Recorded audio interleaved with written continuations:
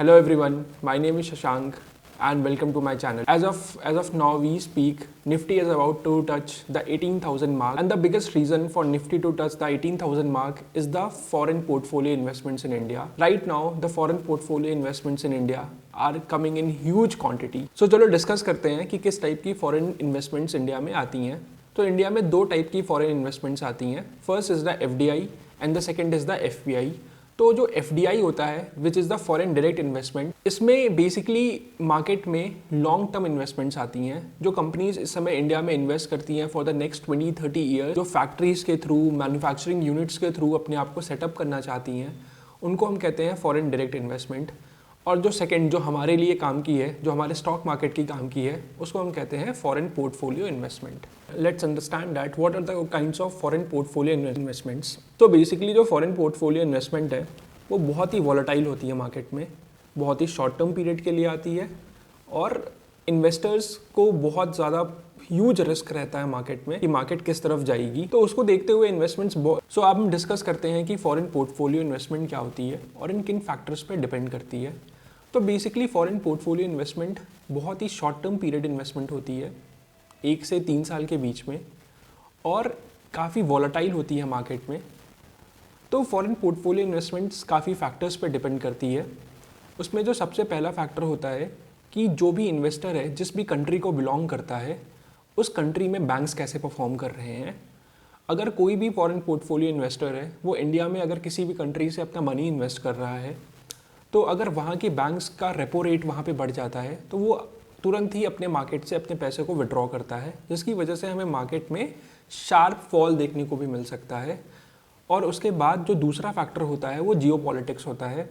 अगर हम देखें तो जियो पॉलिटिक्स, जो यूक्रेन और रशिया का वॉर चल रहा था, उसकी वजह से जो इंडिया में जितनी भी सारी फॉरेन पोर्टफोलियो इन्वेस्टमेंट्स थी वो एक बार में निकाल ली गई थी, जिसकी वजह से मार्केट में हमें एक बहुत शार्प फॉल देखने को मिला था. सो फ्रेंड्स, चलो अब हम लोग एक चार्ट देखते हैं. जिस चार्ट के अकॉर्डिंग हमें समझ में आएगा कि इंडिया में किस तरह से पिछले 2 साल में फॉरेन इन्वेस्टमेंट्स आई है और उनका स्टॉक मार्केट पे क्या इफेक्ट रहा है. तो उस चार्ट को स्टार्ट करने से पहले मैं आपको ये बताना चाहता हूँ कि इन the month of August 2022 India में हमें निफ्टी में और बैंक निफ्टी में बुल रन देखने को मिला था. उसका एक रीज़न जो सबसे बड़ा ये है कि रिकॉर्ड इन्वेस्टमेंट्स आई थी फॉरेन पोर्टफोलियो से, जिसकी वजह से हमें एक बुल रन मार्केट में देखने को मिला था. एज इट इज़ सेट कि नेक्स्ट 3 ईयर्स में Nifty is gonna touch around 22,000 mark. तो आई थिंक अगर 22,000 मार्क को टच होना है मार्केट में, तो फॉरेन पोर्टफोलियो इन्वेस्टमेंट्स इंडिया में बहुत ज़रूरी हैं. अगर फॉरेन पोर्टफोलियो इन्वेस्टमेंट किसी भी वजह से विड्रॉ होती हैं तो इंडिया के लिए बहुत मुश्किल होगा 22,000 मार्क निफ्टी 50 का टच करना. तो फ्रेंड्स, चलो अब हम लोग एक चार्ट देखते हैं. जिस चार्ट के अकॉर्डिंग हमें समझ में आएगा कि इंडिया में किस तरह से पिछले 2 साल में फॉरेन इन्वेस्टमेंट्स आई हैं और उनका स्टॉक मार्केट पे क्या इफेक्ट रहा है. तो उस चार्ट को स्टार्ट करने से पहले मैं आपको ये बताना चाहता हूँ कि इन the month of August 2022 India में हमें निफ्टी में और बैंक निफ्टी में बुल रन देखने को मिला था. उसका एक रीज़न जो सबसे बड़ा ये है कि रिकॉर्ड इन्वेस्टमेंट्स आई थी फॉरेन पोर्टफोलियो से, जिसकी वजह से हमें एक बुल रन मार्केट में देखने को मिला था. सो फ्रेंड्स, अब चलते हैं लैपटॉप के स्क्रीन पे, जहाँ मैं आपको प्रेजेंट करता हूँ चार्ट वर्सेस फॉरेन इन्वेस्टमेंट्स कैसी रही हैं, उसकी वजह से निफ्टी कैसे बिहेव करा है. तो फ्रेंड्स, अब हम देखते हैं कि FPI ने 2020 से इंडिया में कैसे इन्वेस्टमेंट करी है और उसका निफ्टी 50 पे क्या इम्पैक्ट रहा है.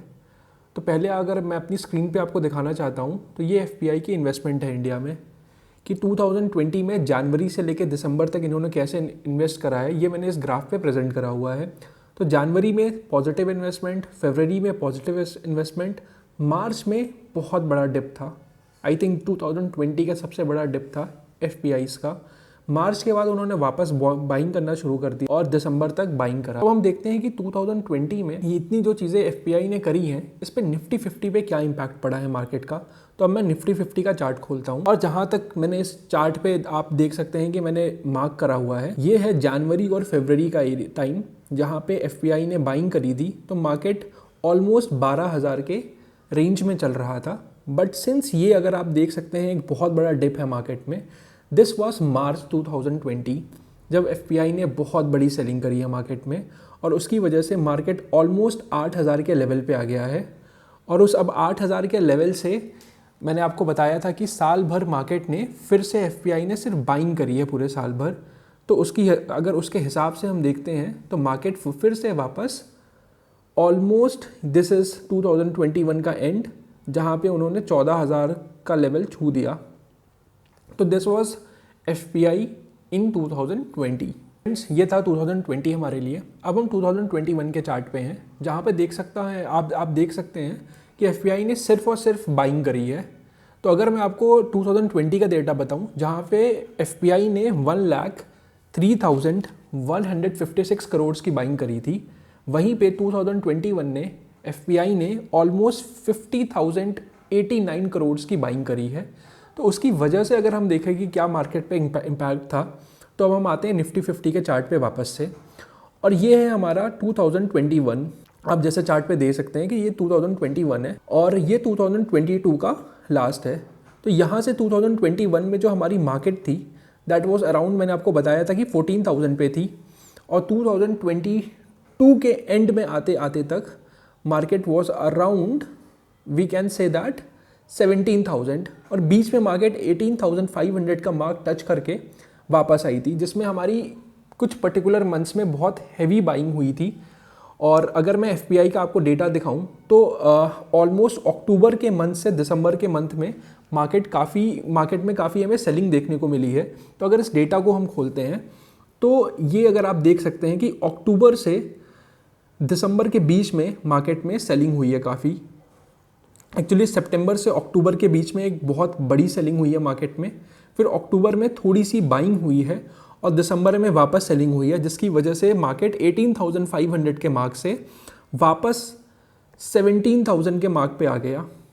और अब हम देखते हैं कि दिसंबर 2022 में मार्केट ने किस तरह से बिहेव करा। तो फ्रेंड्स, हम देखते हैं 2022 में क्या हुआ। 2022 में मार्केट में वापस से फ्रेश सेलिंग होना शुरू हो गई। जनवरी, फरवरी, मार्च, अप्रैल, मतलब first 6 month of the year was seen as a huge selling in the market, but उसके बाद से एफपीआई ने वापस मार्केट में बाइंग शुरू करा, और there was a very good news in the market, in the Indian market, that in the month of August there was 6,521 crore buying in the month of अगस्त।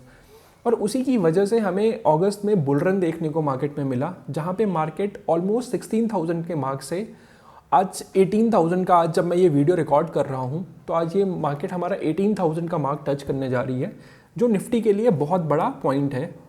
तो फ्रेंड्स, मुझे लगता है कि जो एफपीआई की इन्वेस्टमेंट्स हैं इंडिया में, उसी के हिसाब से ओवरऑल निफ्टी 50 और बैंक निफ्टी का मूवमेंट हमें देखने को मिलता है।